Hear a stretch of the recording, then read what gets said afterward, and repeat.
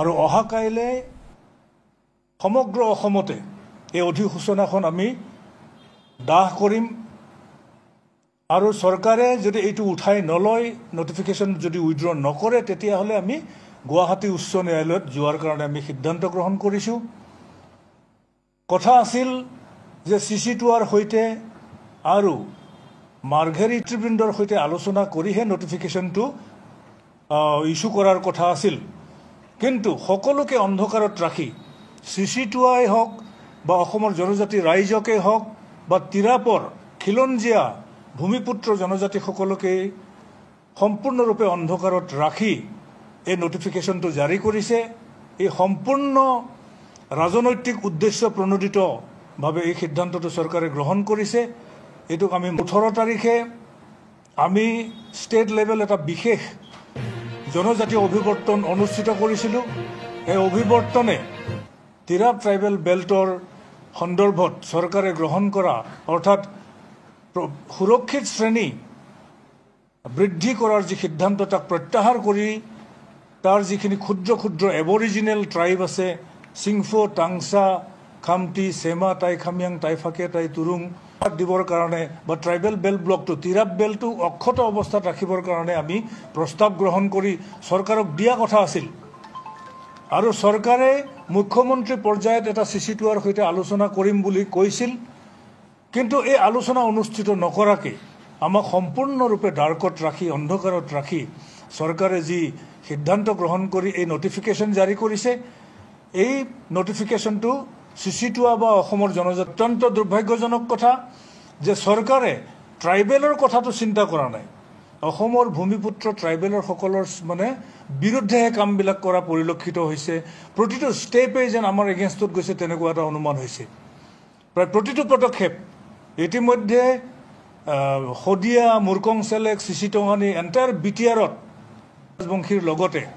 গোৰ্খা সম্প্ৰদায়ক schedule tribe কি কয় প্ৰটেক্টেড ক্লাছ হিচাপে অন্তৰ্ভুক্ত কৰিছে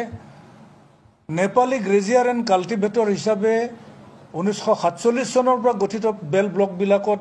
নেপালী গ্ৰেজিয়াৰ আৰু কাল্টিভেটৰসকল প্ৰটেক্টেড তিৰাপতো তেওঁলোক প্ৰটেক্টেড 13 মাৰ্চ 1951 চনত গঠিত তিৰাপ বেল্টত নেপালী গ্ৰেল মাত্ৰ 411 পৰিয়াল কিন্তু আজিৰ তাৰিখত তেওঁলোকৰ সংখ্যা হাজাৰ হাজাৰ বৃদ্ধি পাইছে এনক্ৰচমেণ্ট হৈছে ইণ্টাৰষ্টেট এনক্ৰচমেণ্ট আৰু ভাৰতৰ বাহিৰৰ পৰাও আহিছে নেপালৰ পৰাও লোক আহি তাতে বসতি কৰিছে সব ট্ৰাইবেল বেল ব্লকৰ ভূমি গ্ৰাস কৰি পেলাইছে অৰুণাচল প্ৰদেশৰ পৰা অৰুণাচল চৰকাৰে যেতিয়া পুছবেক কৰিছে এই মানুহখিনি তিৰাপত সব সোমাই পৰিছে গতিকে এই এনক্ৰচমেণ্টবিলাক ৰুট কৰিবৰ কাৰণে কি হৈছে তাৰ এবৰিজিনেল ট্ৰাইবেলক তেওঁলোকৰ ওপৰত এটা অমানিশা নমাই আনিছে তেওঁলোকক বিপদৰ মাজলৈ ঠেলি দিছে তেওঁলোকৰ মাটি বাৰী আজি সম্পূৰ্ণৰূপে হেৰাই যোৱাৰ উপক্ৰম হৈছে গতিকে এই নটিফিকেশ্যনটোক আমি কেতিয়াও মানে গ্ৰহণ নকৰোঁ এইটো আমি মানি নলওঁ এইটোক আমি কোৰ্টত চেলেঞ্জ কৰিম সৰ্বশক্তি প্ৰয়োগ কৰি হ'লেও এইটো আমি আইনী যুঁজ আমি অব্যাহত ৰাখিম আৰু একেখিনি সময়তে আমি ডেম'ক্ৰেটিক মুভমেণ্টটো আমি অব্যাহত ৰাখিম বাৰ্ণ কৰা হ'ব এই নটিফিকেশ্যন এইটো CC2R এইটো আমি সিদ্ধান্ত গ্ৰহণ কৰিছোঁ ট্ৰাইবেল সংঘ ট্ৰাইবেল ইউথ লীগৰ লগতে CC2R প্ৰত্যেক মেম্বাৰ অৰ্গেনাইজেশ্যনে সমগ্ৰ অসমৰ প্ৰত্যেক জিলা আৰু মহকুমা সদৰত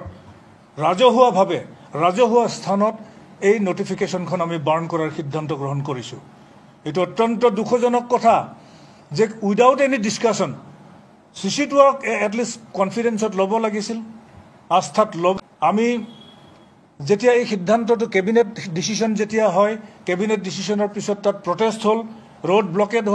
ৰোড ব্লকেডৰ পিছত গভৰ্ণমেণ্টে মাতিলে আমি ট্ৰাইবেল এফেয়াৰ্ছ মন্ত্ৰী ডাঙৰীয়াৰ লগত আমি বহিলোঁ আৰু সেইখন মিটিঙত এটা সিদ্ধান্ত হৈছিল যে CC2R এটা টীম তিৰাপত যাব তিৰাপত গোটেই পৰিস্থিতি অধ্যয়ন কৰিব তাৰ লোকেল অৰ্গেনাইজেশ্যনৰ লিডাৰবিলাকৰ লগত আলোচনা কৰি তেওঁলোকে কেনেকৈ এই বিষয়টো মীমাংসা বিচাৰে তেওঁলোকৰ দাবী কি আৰু সেই ৰিপৰ্টিং দিয়াৰ পিছতহে প্ৰতিবেদনখন দাখিল কৰাৰ পিছতহে নটিফিকেশ্যনৰ বিষয়টো আহিছিল কিন্তু আজি আমি কনভেনশ্যন পাতিলোঁ 18 তাৰিখেই নটিফিকেশ্যনটো ওলাই গ'ল এইটো অদ্ভুত ধৰণৰ কথা এইটো সম্পূৰ্ণ ট্ৰাইবেলৰ এগেইনষ্ট অফ দি ট্ৰাইবেল পিপল গতিকে এইটো আমি কেতিয়াও একচেপ্ট নকৰোঁ এইটো গ্ৰহণ কৰিব নোৱাৰোঁ এইটো উইথড্ৰ কৰিব লাগিব আৰু উইথড্ৰ নকৰিলে ইয়াৰ এগেইনষ্টত মুভমেণ্ট হ'ব, ইয়াৰ এগেইনষ্টত চুট থাকক।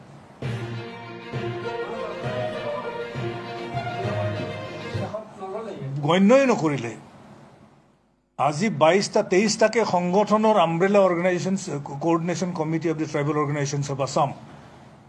অসমৰ ভূমিপুত্ৰ জনজাতিসকলৰ প্ৰত্যেক ট্ৰাইবেল ষ্টুডেণ্ট অৰ্গেনাইজেশ্যনে ইয়াৰ মেম্বাৰ অৰ্গেনাইজেশ্যন, এটা ডাঙৰ এটা আমব্ৰেলা অৰ্গেনাইজেশ্যনক চৰকাৰে অপমানহে কৰিছে, অপমানজনক, আমাক অপদস্থ কৰা হৈছে।